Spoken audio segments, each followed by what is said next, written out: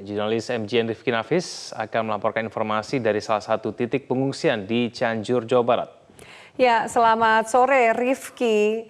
Ini sudah hari ke-6 sejak gempa terjadi. Kemarin masih ada keluhan mengenai logistik yang tidak merata. Kemudian bantuan yang juga tidak tepat sasaran. Apa perkembangannya pada hari ini?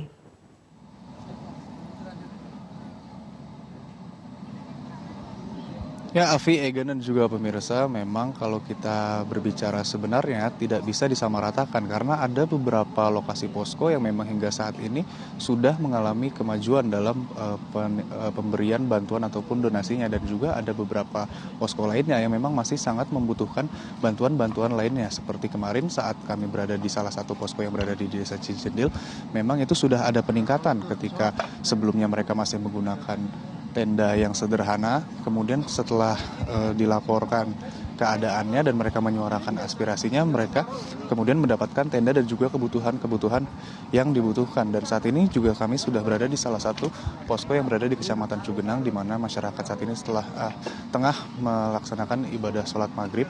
Dan memang kalau dilihat untuk di posko ini sendiri, tenda yang digunakan juga sudah baik.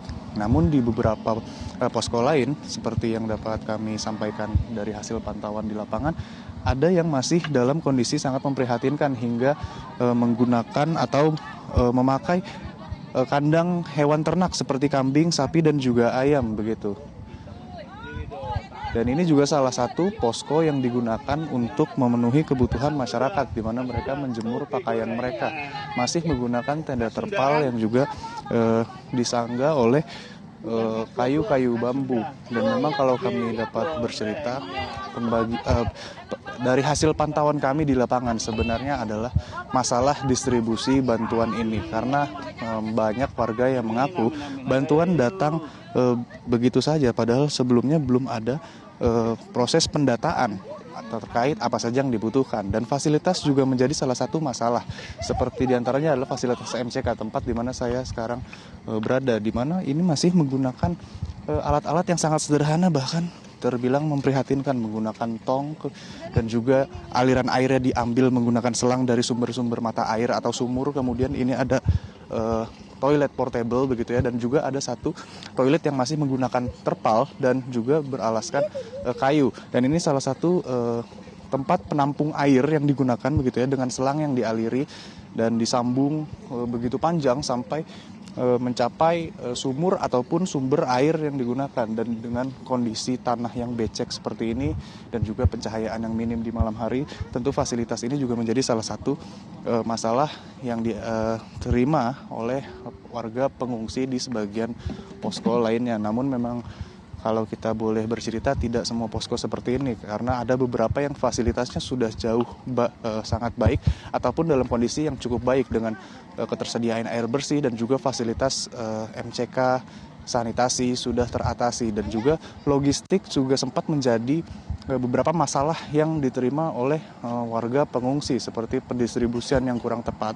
Ada beberapa posko yang mengaku justru kelebihan distribusi logistik makanan, namun kekurangan di hal-hal lainnya seperti popok dan obat-obatan begitu.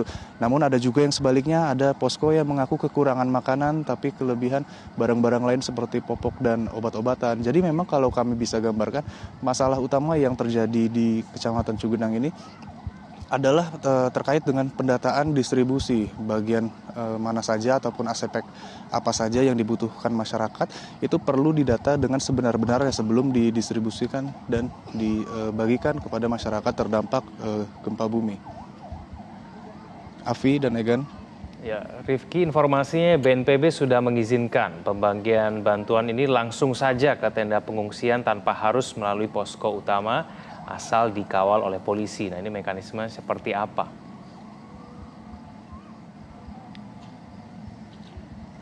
Ya, terkait dengan pendistribusian hingga saat ini yang kami pantau di lapangan, memang bagi mereka yang ingin memberikan donasi ataupun bantuan sumbangan dalam bentuk barang ataupun apapun itu, memang saat ini masih terpusat dikirimkan ke posko utama, untuk kemudian posko itu yang memanage, mengatur, membagi-bagikan barang-barang tersebut ke posko-posko cabang yang ada di dalam wilayah yang agak terpencil begitu ya, atau sulit untuk diakses.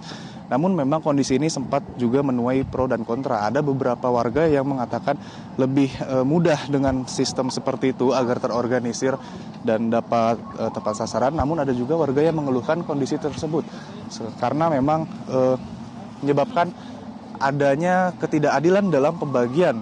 Dan memang ada beberapa masyarakat yang mengharapkan untuk donatur untuk langsung saja datang ke lokasi dan memberikan donasinya secara langsung ke masyarakat agar tidak ada penyalahgunaan donasi, kemudian juga proses rebutan seperti itu.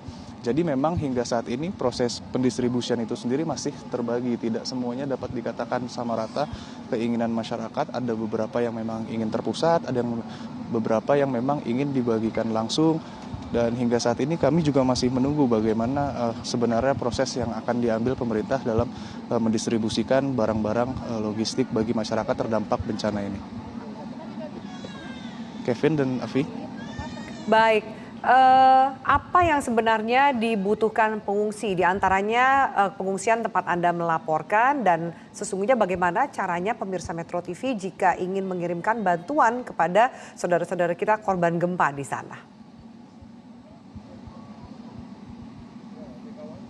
Untuk logistik yang dibutuhkan sendiri memang berbeda-beda antar posko, dan oleh sebab itu diperlukan pendataan yang spesifik.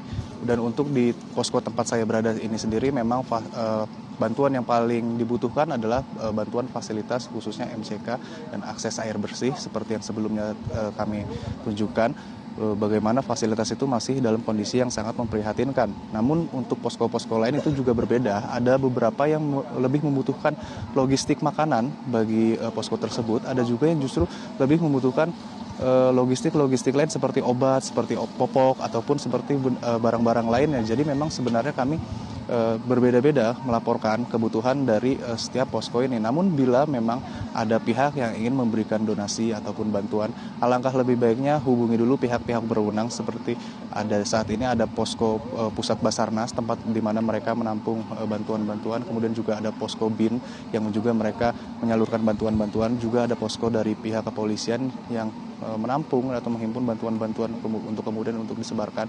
Namun alangkah baiknya bagi Anda yang ingin memberikan donasi atau bantuan, tanyakan terlebih dahulu desa tujuan Anda apa, kemudian didata secara detail dan spesifik kebutuhan apa agar tepat sasaran dan tidak terjadi penumpukan atau kelebihan stok logistik. Karena beberapa posko yang sempat kami datangi di lapangan mengaku kelebihan atau menumpuk di aspek atau barang-barang tertentu, namun kekurangan di barang-barang lain. Hingga ada satu posko yang memang mengaku mereka kelebihan air minum, namun kekurangan obat-obatan.